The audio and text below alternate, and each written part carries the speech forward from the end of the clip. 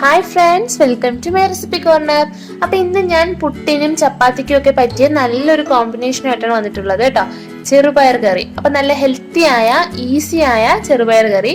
അപ്പൊ ഞാൻ ഇതിൽ തേങ്ങയൊന്നും അരച്ച് ചേർക്കുന്നില്ല കേട്ടോ. അപ്പൊ തന്നെ തേങ്ങയൊന്നും ഇല്ലാതെ വളരെ എളുപ്പത്തിന് നമുക്ക് ചെയ്യാൻ പറ്റുന്ന ഒരു ഈസി ആൻഡ് ടേസ്റ്റി കറിയാണ്.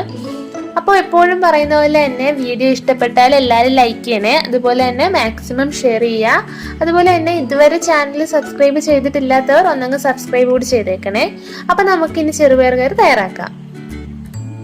അപ്പൊ ഞാൻ ഈ കറി ഇവിടെ കുക്കറിലാണ് ചെയ്യുന്നത് കേട്ടോ. അപ്പൊ ആദ്യം കുറച്ച് വെളിച്ചെണ്ണ, ഇനി ഒരു 10 ചുവന്ന ഉള്ളി ചെറുതായി മുറിച്ചത്, ഒരു ചെറിയ സവാള മുറിച്ചത്.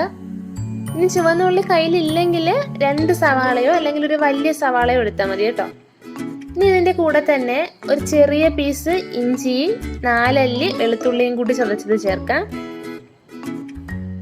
ഇനി ഒരു പച്ചമുളക് കീറിയത്, കുറച്ച് കറിവേപ്പില.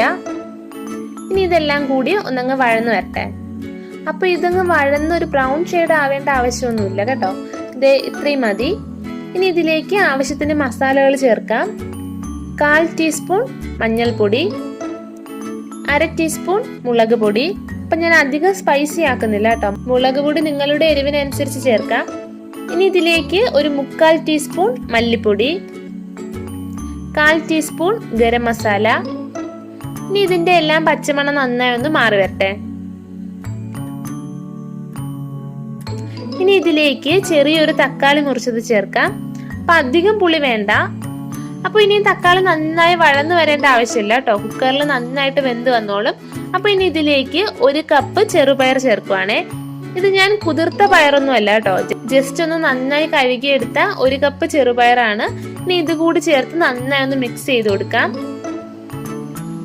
ഇനി ആവശ്യത്തിന് ഉപ്പ്. അപ്പൊ ഇനി ഈ പയറ് വേവാൻ ആവശ്യത്തിന് വെള്ളം. ഞാനിപ്പോ ഒരു 3 കപ്പ് വെള്ളം ചേർക്കുന്നുണ്ടേ. ഇപ്പൊ പയറിന്റെ വേവൊക്കെ ഓരോരുത്തരുടെയും കയ്യിലുള്ള ആ പയറിനനുസരിച്ച് വ്യത്യാസം വരും. ഇതിൽ പയർ നന്നായിട്ട് വെന്ത് ഉടയുന്നതാണ് ഈ കറിയുടെ ഒരു ടേസ്റ്റ് കേട്ടോ. അപ്പൊ ഞാൻ ഇതിൽ മീഡിയം ഫ്ലെയിമിൽ ഒരു 5 വിസിൽ കൊടുക്കുന്നുണ്ട്. അപ്പൊ ഇതേ ഒരു 5 വിസിലായപ്പോഴേക്കും പയറൊക്കെ നന്നായി വെന്ത് വന്നിട്ടുണ്ട്. അപ്പൊ ഞാൻ ഒഴിച്ച വെള്ളം കണ്ടോ, കറക്റ്റ് ആയിരുന്നു. അപ്പൊ ഇനി ഒരു സ്പൂൺ കൊണ്ട് പയർ നന്നായി ഇങ്ങനെ ഒന്ന് ഉടച്ചു കൊടുക്കണം. അപ്പൊ ഇനി നമ്മുടെ ഗ്രേവിക്ക് ആവശ്യത്തിന് വെള്ളം ചേർക്കാം. അപ്പൊ ഞാനിപ്പോ പുട്ടിനുള്ള ഒരു കോമ്പിനേഷൻ ആയിട്ടാണ് ഇവിടെ എടുക്കുന്നത്. അതുകൊണ്ട് തന്നെ ഒരുപാട് വെള്ളം ചേർക്കുന്നില്ല. പുട്ടിന് എപ്പോഴും ഒന്ന് കുറുകിയ ഗ്രേവി ആയിരിക്കുമല്ലോ നല്ലത്.